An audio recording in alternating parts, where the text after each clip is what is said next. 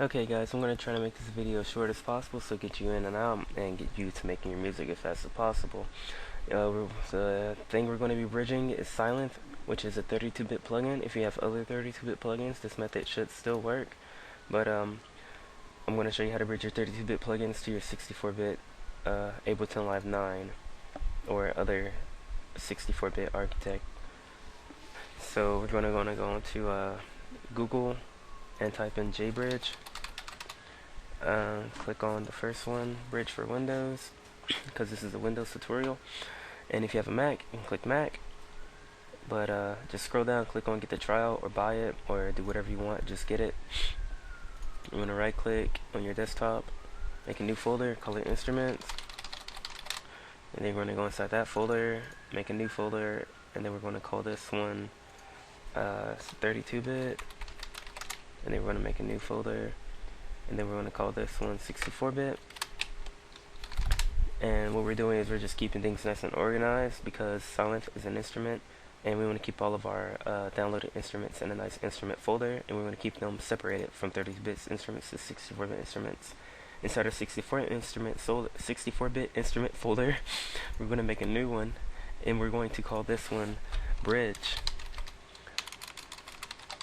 It doesn't matter if it's capital or not, I just didn't feel like, yeah, whatever. And this is where all of our 32-bit bridged this is where all of our 32-bit bridged plugins are going to go. So now that we have all this stuff done, we're going to run Sylenth and install this, and we're going to want to install it into our instruments folder, and then 32-bit. Click OK, and then click next and install it. I'm not installing this thing again. I'm going to click cancel. Now that we have Sylenth installed into our 32-bit folder,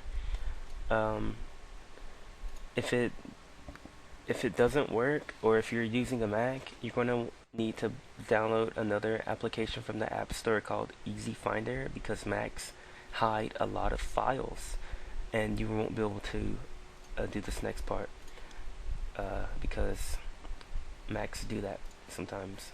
So I'll show you mine really fast.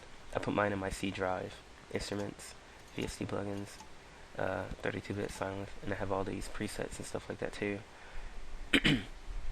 What you're looking for is your Sylenth 1 VTX.dll.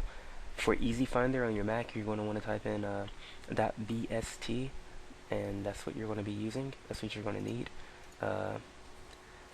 So now that we know where that is, we're going to run our JBridge. And it's going to look like this. Click the second one, because we're using Ableton Live 9, which is a 64-bit program. And it doesn't matter which one of these you click, just click the first one. If the first method doesn't work, then redo everything we're about to do now, but click the second one. But we're going to click the first one, highly recommend it. We're going to go to 32-bit Sylenth 1. We're going to find that VXT file. Here it is right here, Sylenth 1 VXT.dll. Click OK. Another box is going to pop up. We're going to scroll down. Instruments, VST plugins, 32-bit, 64-bit. We're going to click on Bridge. So put it inside your bridge, and then click OK. I'm not going to do it, because then it's going to bridge it again, and I don't want it to be bridged again. So after that, your stuff is going to be bridged. You're going to want to load Ableton Live 9.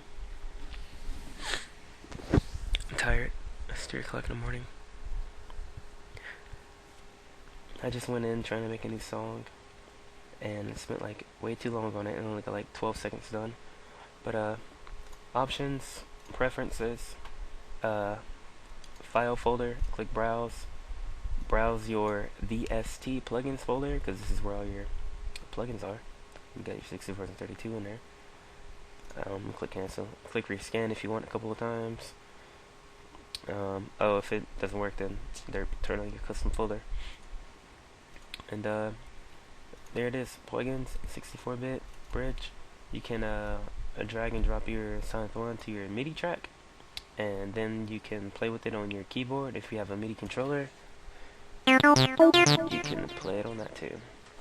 So I hope this video helped you out, and like I said, if it didn't work from clicking highly recommended version, just do the not recommended version and it should work. So I hope you all enjoyed, and I'll see you later. Yeah, 5-minute video, sweet. Thumbs up for that.